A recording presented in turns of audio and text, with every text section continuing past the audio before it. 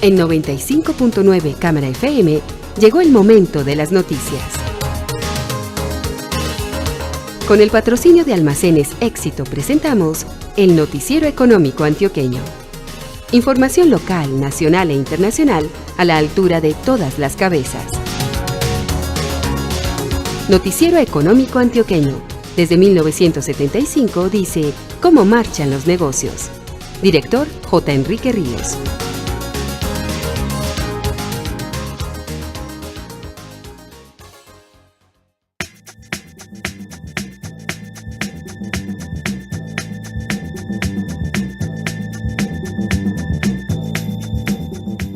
Muy buenos días, sea usted bienvenido a las noticias económicas. Hoy es domingo 23 de diciembre de 2018, esta es la emisión 18.375 que ofrecemos en nombre de Almacenes Éxito. Este es el éxito que queremos en tu vida, que los días de la semana que nos visitas lo hagas feliz, porque aquí te estaremos esperando con una sonrisa para servirte, que si buscas ese ingrediente especial que le da el saborcito a tus comidas, lo encuentres. Que si quieres llevarte la mejor fruta o el mejor corte de carne para la comida de mañana, haya siempre alguien de nosotros dispuesto a servirte. Es que ustedes, las mujeres de este país, nos inspiran para hacer que cada día haya un poco más de éxito en sus vidas. Éxito para servirte. En el tránsito por los hechos noticiosos del año que está terminando, nos ocupamos hoy del mes de junio. La noticia más importante de junio en Colombia fue la elección presidencial. Eso sucedió el 17 de junio, cuando en segunda vuelta electoral, con 10.372.000 votos, Iván Duque Márquez obtuvo la mayoría, en una jornada histórica que concluyó con 19.511.000 sufragios, equivalentes al 53% del potencial electoral. Gustavo Petro, el contendor, logró 8.034.000 votos, otra cifra histórica para un derrotado en la contienda electoral, votación que sin embargo le dio para pasar a ser senador de la República desde el 20 de julio.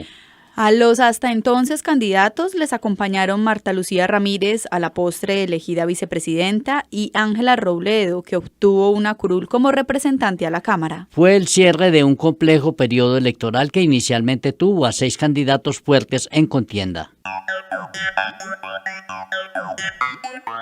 Repasemos ahora el detalle de los demás acontecimientos de junio. El día primero se concretó el cierre de la operación de compra de la participación que la española Gas Natural Fenosa aún tenía en la distribuidora y comercializadora de gas en Colombia, Gas Natural S.A.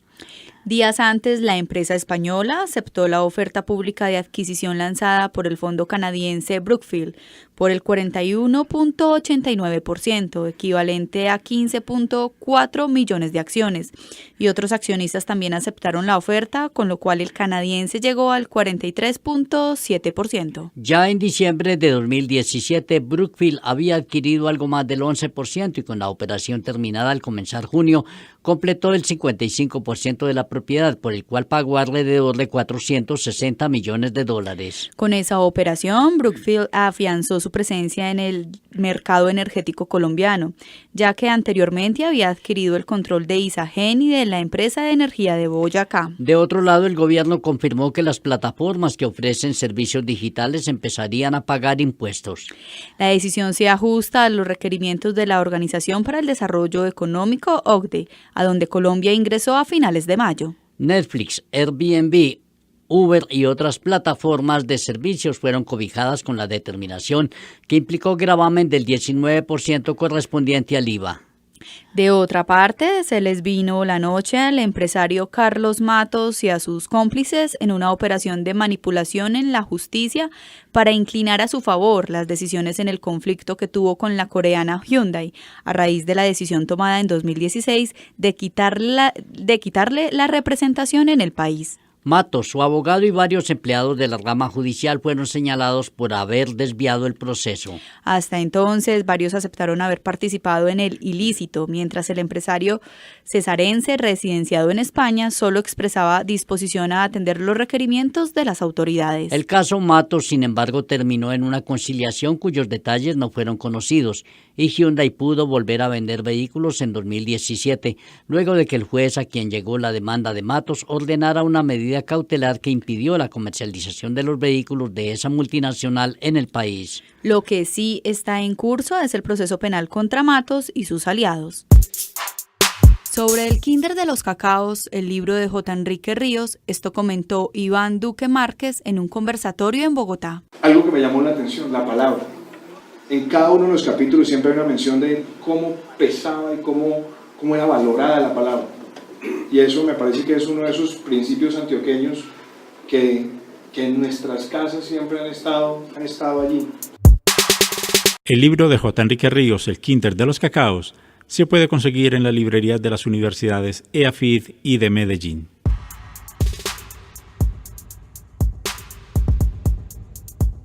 El día 3 hubo jornada trágica en Guatemala donde la erupción del volcán de fuego en el sur del país causó la muerte de cerca de 70 personas y decenas quedaron desaparecidas. Los cálculos del gobierno guatemalteco en ese momento indicaban que la explosión del volcán afectó al menos a 1.700.000 personas que habitaban en las zonas circundantes. Entre tanto, en Colombia, el 5 de junio fue reajustado en 161 pesos el precio de referencia de la gasolina corriente a raíz del aumento semanas atrás del precio internacional del petróleo. El precio promedio de la gasolina corriente quedó en 8.882 pesos para las ciudades principales.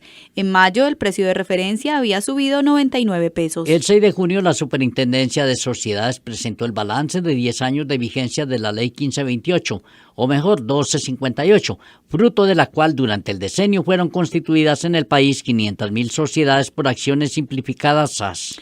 La flexibilidad en el capital y la autonomía son características de este tipo de sociedades, cuya restricción fundamental en todo caso es la imposibilidad de ofrecer valores en el mercado público. Ese día la Contraloría General de la República imputó cargos fiscales en contra de una serie de exfuncionarios del gobierno central, Ecopetrol y otras empresas relacionadas con el proyecto de ampliación y modernización de Reficar.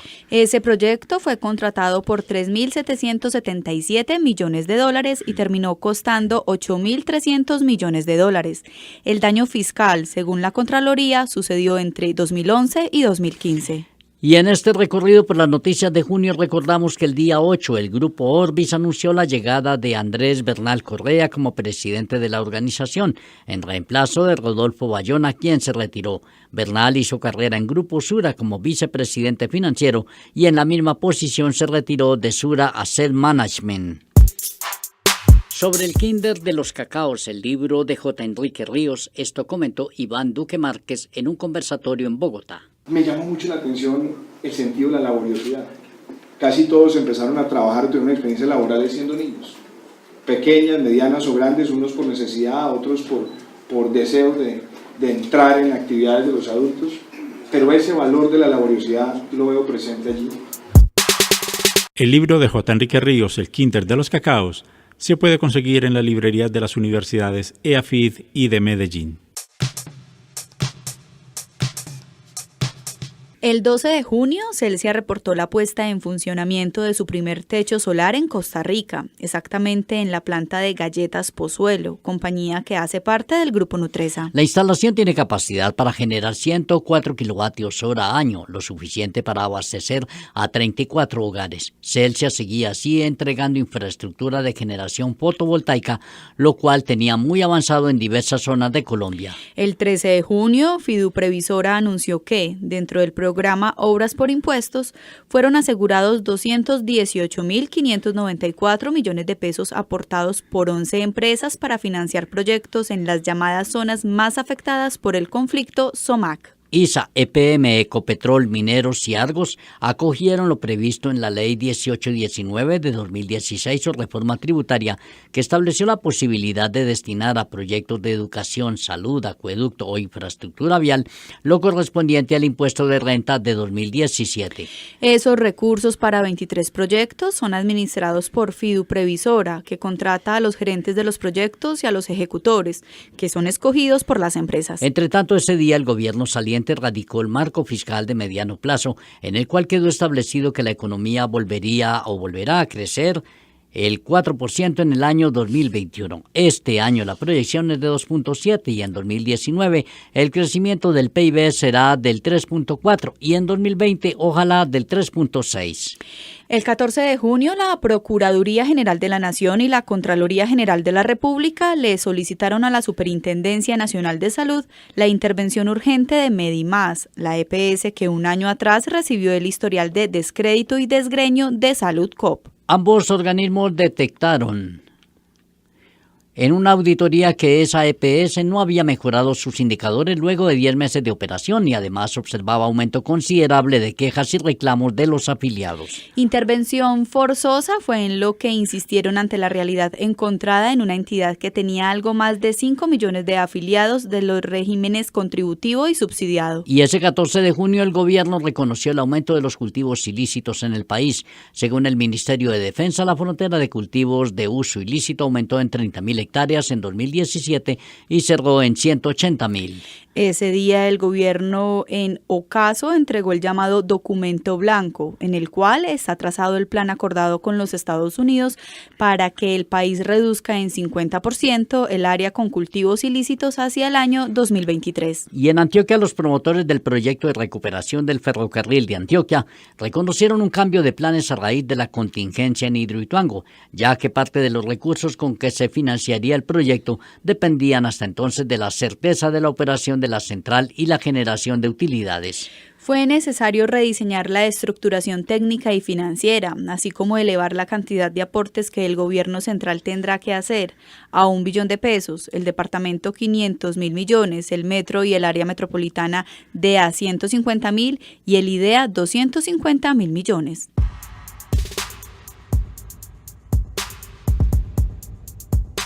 El 18 de junio, transcurridos casi 2 meses desde que empezó la contingencia, EPM anunció que las obras del proyecto Hidroituango tardarían al menos 3 años más.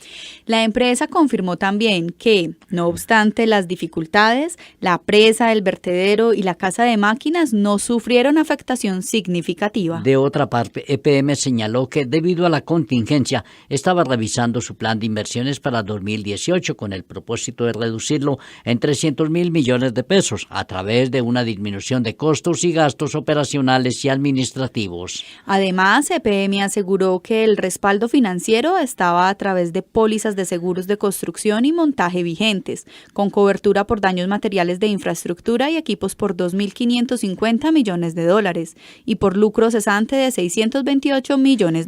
El 19 de junio, el Consejo de Estado anunció que mediante fallo emitido el 14 de junio, confirmó la sanción que en 2008 la Superintendencia de Industria y Comercio le impuso a Cemex por incurrir en prácticas contrarias a la libre competencia en el mercado de cemento. La sanción se materializó con multa de $923 millones y también afectó al entonces representante legal de la cementera en Colombia, César Constaín Banreg, a quien le aplicó multa de $138 millones. La investigación de la Superintendencia de Industria y Comercio correspondió a prácticas del año 2005, cuando según el fallo del Consejo de Estado, Cemex, Holcim y Argos hicieron acuerdos de repartición de mercados y de asignación de cuotas de producción. Sobre el Kinder de los Cacaos, el libro de J. Enrique Ríos, esto comentó Iván Duque Márquez en un conversatorio en Bogotá. El humanismo.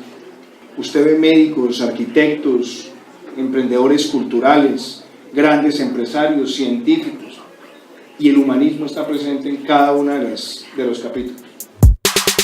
El libro de J. Enrique Ríos, El Kinder de los Cacaos, se puede conseguir en la librería de las universidades EAFID y de Medellín.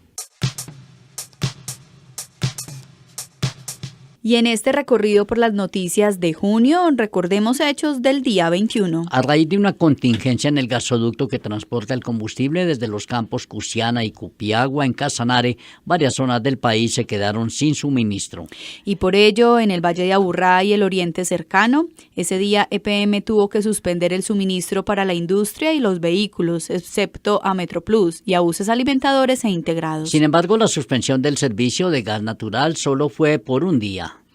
De otro lado, la Superintendencia de Sociedades habilitó un nuevo modelo empresarial en el país, llamado Sociedades de Beneficio e Interés Colectivo, BIC, al amparo de la Ley 1901, aprobada y sancionada con la finalidad de estimular la creación de empresas con vocación de interés común. Catalina, según lo explicado por el entonces superintendente Francisco Reyes Villamizar, las empresas creadas con ese carácter deberán incluir la denominación BIC en su nombre o utilizar la expresión Sociedad de Beneficio e Interés Común. Entre tanto, el día 22 de junio, luego de casi 2 años, los miembros de la Organización de Países Exportadores de Petróleo, OPEP, acordaron nuevamente aumentar la producción en casi 1 millón de barriles por día, con el fin de satisfacer la creciente demanda mundial. Por otro lado, en Colombia el Consejo de Estado confirmó una sanción que la Superintendencia de Industria y Comercio le impuso en diciembre de 2008 a Holcim por incurrir en prácticas contrarias a la libre competencia, concretamente cartelización empresarial con sus competidoras Argos y Cemex. La multa fue por 923 millones de pesos para la empresa y por 138 millones para su representante legal. Por el mismo caso, días atrás el Consejo de Estado había confirmado la sanción emitida en el mismo sentido contra Cemex. Sobre el Kinder de los Cacaos, el libro de J. Enrique Ríos, esto comentó Iván Duque Márquez en un conversatorio en Bogotá. Uno ve acá los valores de familia presentes en cada uno de los capítulos. Una mención al ambiente, compartir en casa, a la imagen de padre y madre influyendo en la formación. El libro de J. Enrique Ríos, El Kinder de los Cacaos, se puede conseguir en la librería de las universidades EAFID y de Medellín.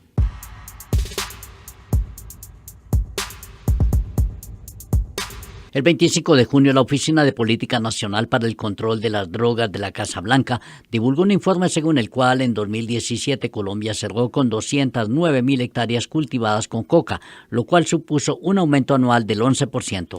Ese informe estuvo acompañado de un mensaje de presión por parte del presidente norteamericano Donald Trump para Colombia.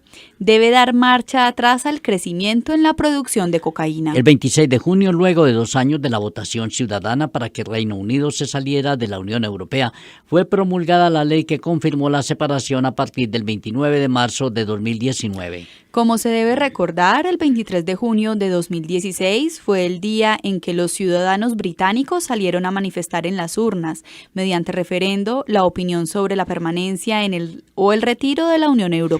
El resultado que a muchos sorprendió fue favorable al retiro con 52% de la votación, mientras el 48% fue por el no. Y en Colombia, en respuesta al incremento de los cultivos de uso ilícito, el gobierno decidió reiniciar la estrategia de aspersiones aéreas mediante el uso de drones. Ello, no obstante a que desde octubre de 2015 la decisión había sido no hacer fumigaciones aéreas por los problemas ambientales y de salud que causaban. De otro lado, ese 23 de junio, la Superintendencia de Industria y Comercio anunció multa a las firmas Bureau Veritas Colombia y a Tecnocontrol, a las cuales encontró responsables de prácticas violatorias del régimen de libre competencia. Se corrompió quien no se debía haber corrompido, expresó el entonces Superintendente de Industria y Comercio, Pablo Robledo, al confirmar la sanción de 13.000 millones de pesos para ambas, porque se pusieron de acuerdo para ganarse un contrato de Ecopetrol. Y la expresión tenía que ver con que Bureau Veritas es una firma certificadora que da fe sobre las buenas prácticas empresariales y corporativas en áreas como la calidad. Hasta entonces, la decisión de la SIC podía ser objeto de apelación. En Medellín, la clínica ESIMED fue rehabilitada por parte de la Secretaría Seccional de Salud para reanudar la prestación de servicios que debió suspender durante 44 días por orden de la misma autoridad a raíz del incumplimiento de requerimientos de infraestructura. La clínica debió hacer inversiones por 1.300 millones de pesos en infraestructura y equipos, como parte de un plan de mayor envergadura con el propósito de poder cumplir los requisitos y volver a operar normalmente. Sin embargo, recordemos que en los vaivenes en que estuvo esa entidad bajo la estricta vigilancia de la autoridad, finalmente tuvo que cerrar de manera definitiva el 2 de octubre. El 27 de junio, con la aprobación en el Congreso del proyecto de ley 215 de 2018, que pasó a sanción presidencial, quedó expedito el escenario para que las cajas de compensación familiar que tienen actividad en salud y pasan crisis financiera puedan hacer ajustes que a su vez permitan superar los problemas. Por ejemplo, ejemplo, la ley habilitó a las cajas para cambiar temporalmente la destinación de algunos recursos, como los del Fondo de Fomento al Empleo y Protección al Cesante FOSFEC, para que los usen en el saneamiento financiero. Se estima que las más directamente beneficiadas son unas 10 cajas de compensación, que directa o indirectamente atienden a 5.7 millones de personas en salud en el régimen subsidiado y a otras 5 con 7.8 millones de usuarios del régimen contributivo. El 28 de junio, tras advertir el riesgo de mayores importaciones de lácteos y a menores precios que el producto nacional, Colanta le envió una petición con carácter de urgencia al gobierno central en la que lo alertó por el riesgo que implicaría un acuerdo de la Alianza del Pacífico con Nueva Zelanda, Australia, Singapur y Canadá. La cooperativa, a título propio, pero en defensa del sector lácteo y los 700.000 trabajadores de la industria y los productores, la mayoría pequeños, pidió excluir al sector lácteo de la Alianza del Pacífico. De otro lado, con el nombramiento de una directora, comenzó el proceso de reorganización de Sabia Salud EPS. En efecto, Blanca Elvira Cojigás, exdirectora del INVIMA, fue la elegida para liderar el proceso en el cual la banca de inversiones Crowe Howard fue seleccionada para buscar aliados estratégicos. Hasta entonces, Sabia Salud acumulaba pérdidas por 730.000 millones de pesos. El 29 de junio, la Agencia Nacional de Licencias Ambientales, ANLA, ordenó suspender las obras de Hidroituango, hasta tanto un peritaje externo confirmara si había condiciones de riesgo o no que afectara el medio ambiente. La sorpresiva decisión que había sido tomada a comienzos de junio solo fue publicada al final del mes y estuvo motivada en la serie de dificultades que implicó la contingencia iniciada el 28 de abril, que causó diversos problemas sociales y ambientales. La resolución 820 no implicó suspensión de la licencia ambiental y permitió continuar con las obras indispensables en ese momento para conseguir de nuevo el control sobre el proyecto. Y el 30 de junio la empresa Bayuna Colombina creó una compañía para participar en el negocio de comercialización de energía a partir de 2019. Colombina Energía es la subordinada que nació con capital de 500 millones de pesos, según lo anunciado en el cierre de junio por esa tradicional empresa productora de alimentos.